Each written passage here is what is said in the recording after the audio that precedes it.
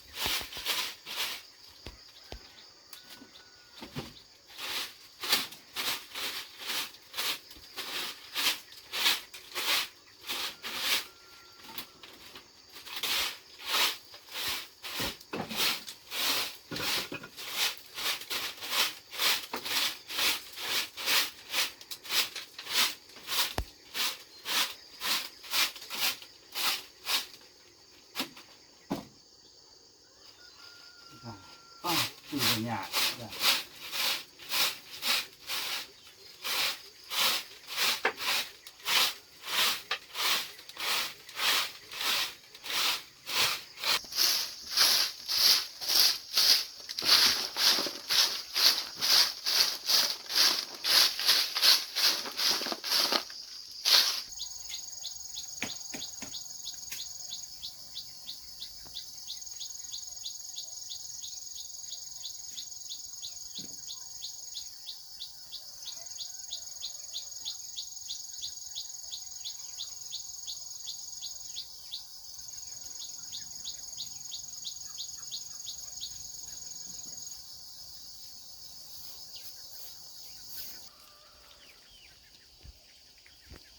Ô mẹ.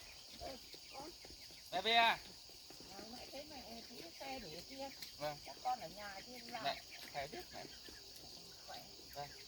Thế mẹ vào nhà nghỉ ngơi thì con đi chăn đi. Mẹ mua cá cho con. Ui, còn mua cá nữa à? Vâng, con thấy mẹ không về con nhớ mẹ lắm, sợ mẹ ốm ấy.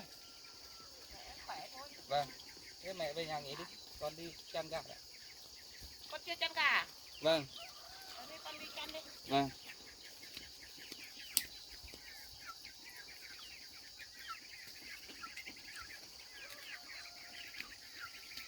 Rồi, rồi.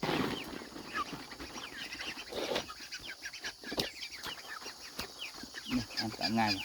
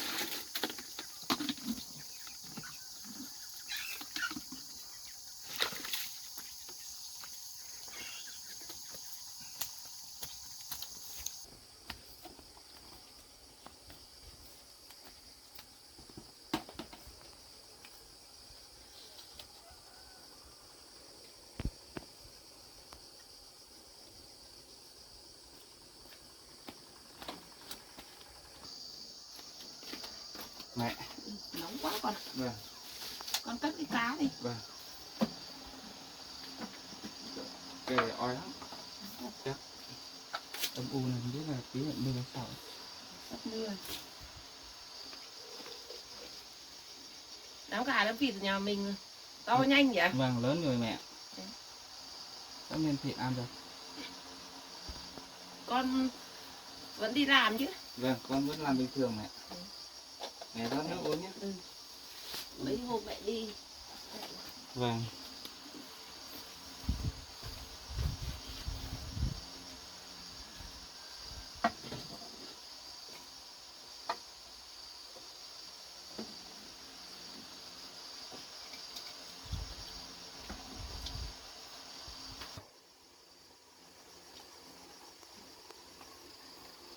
Nóng quá mẹ.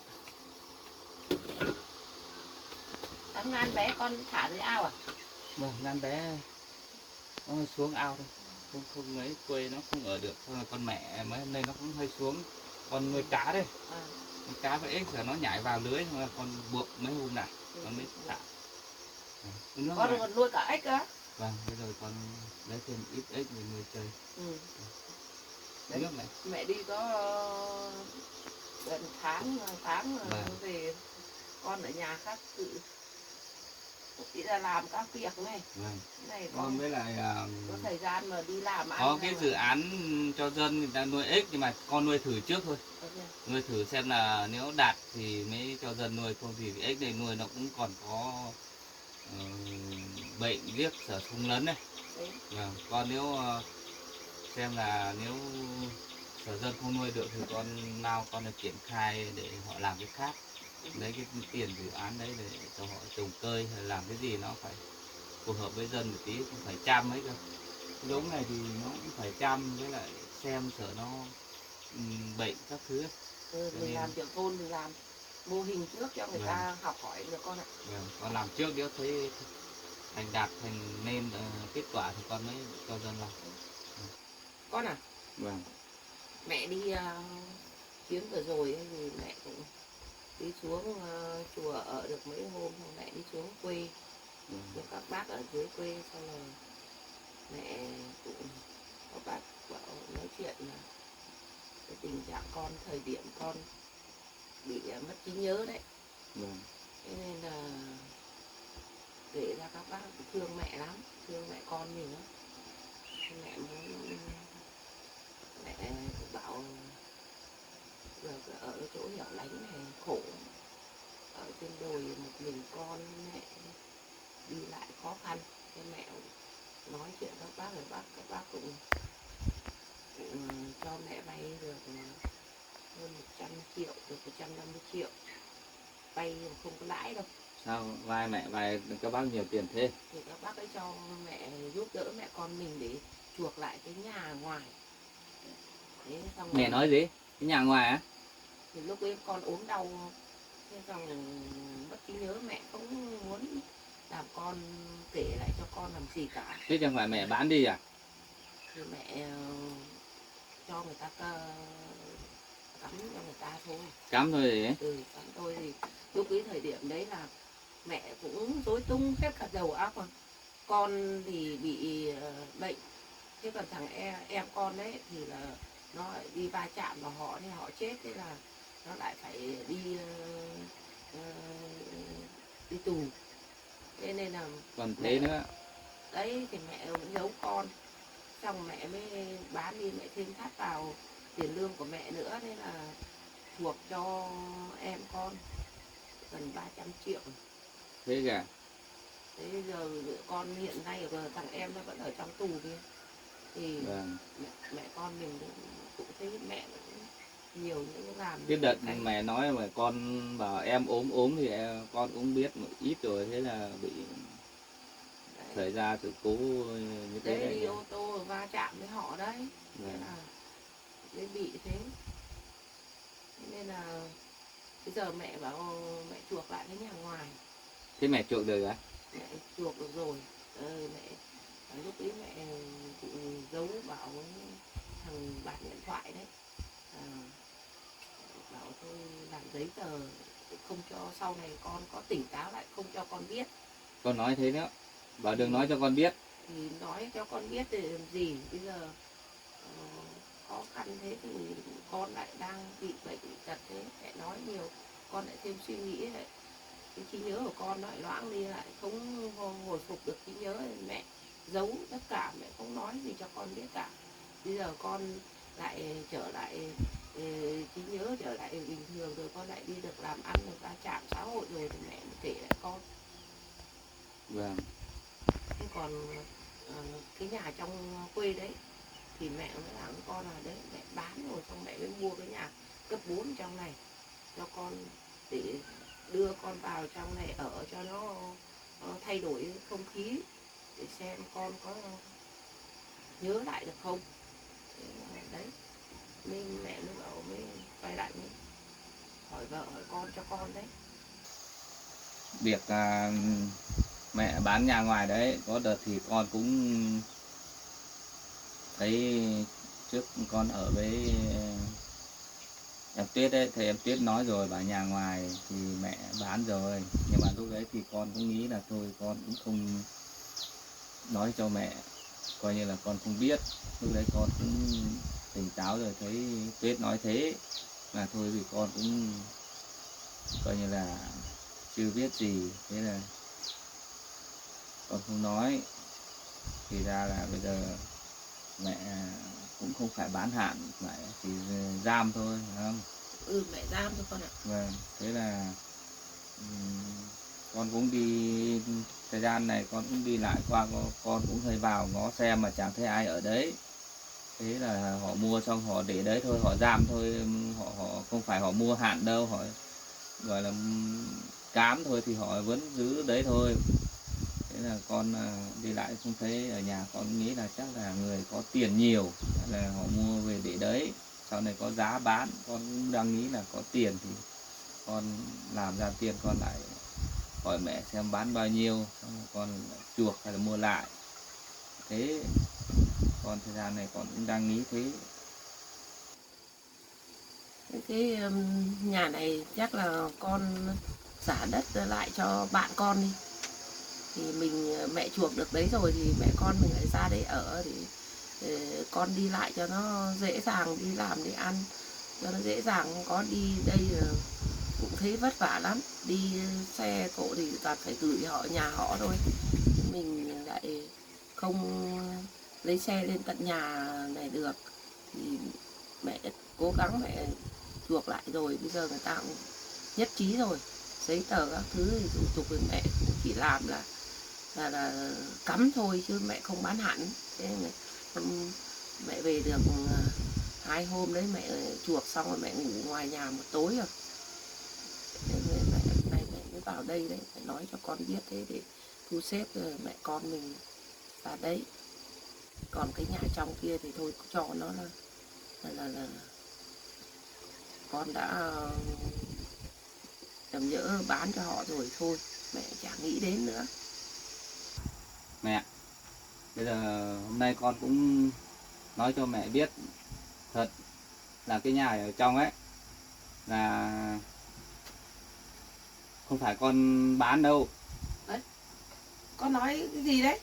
Cũng không phải con trám gì cả.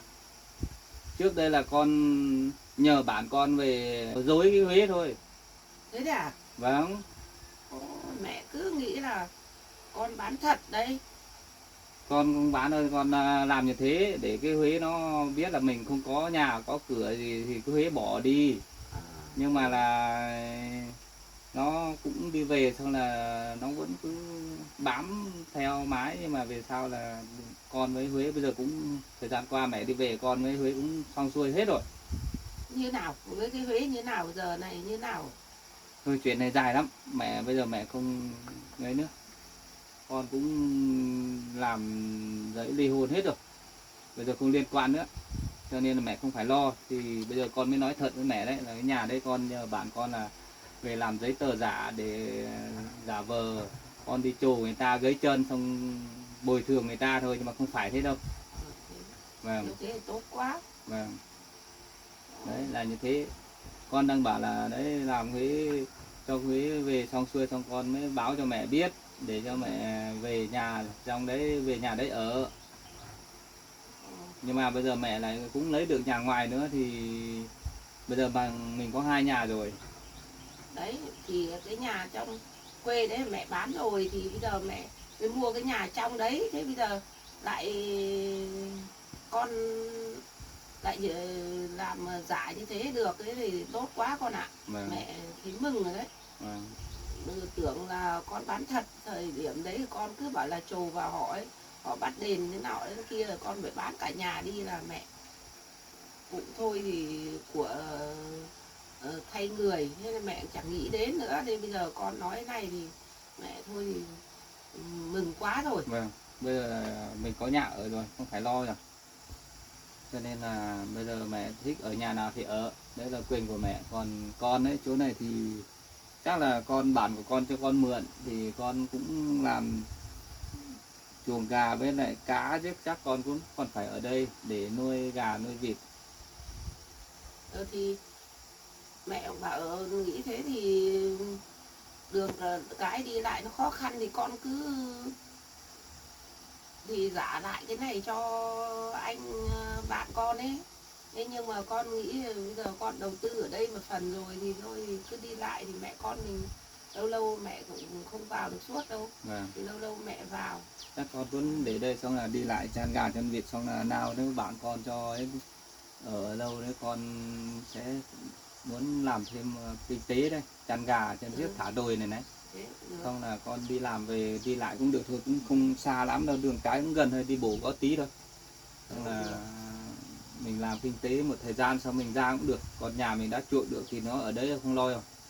Còn đi lại khó khăn thì mẹ cứ ở nhà ngoài hoặc nhà trong, mẹ thích ở nhà nào thì ở. Nếu cái nhà kia mà con bảo thế thì mẹ cũng mừng lắm rồi con ạ.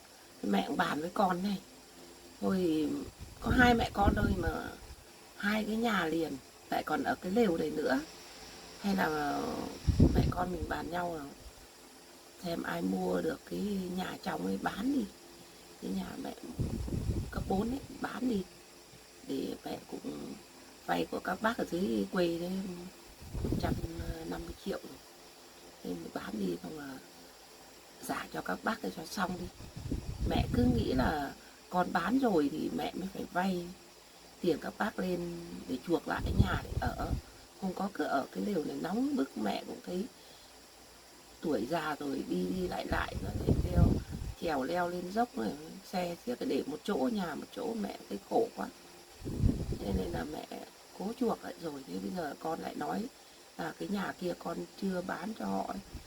Nếu thế thì được, thế thì mừng rồi. Thì mẹ bàn với con là nên bán cái nhà cấp 4 bên trong ấy đi, để giả công trả nợ, còn thừa bao nhiêu thì cho con đầu tư để làm kinh tế. Mẹ bàn với con có được không? Vâng, nếu mẹ nói thế thì con cũng nghĩ thế.